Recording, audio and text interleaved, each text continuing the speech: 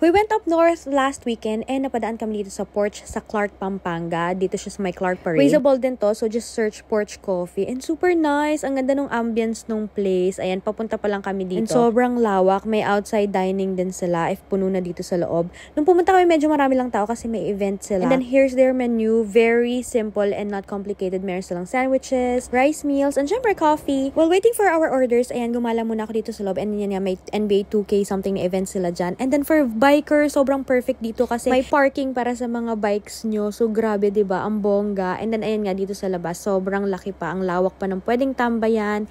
And ang saya lang dito, kumain, tumambay, manood ng mga taong dumadaan. And ito nga yung mga in-order namin. So I got the mocha, tapos yung brew of the day kay tatay, tapos nag-burger si Hobby, and then may BLT sandwich din kami. And Milo Dinosaur for Kuya Sean. Ayan, super nice, super saya mag-breakfast lang dito with your family, chika-chika.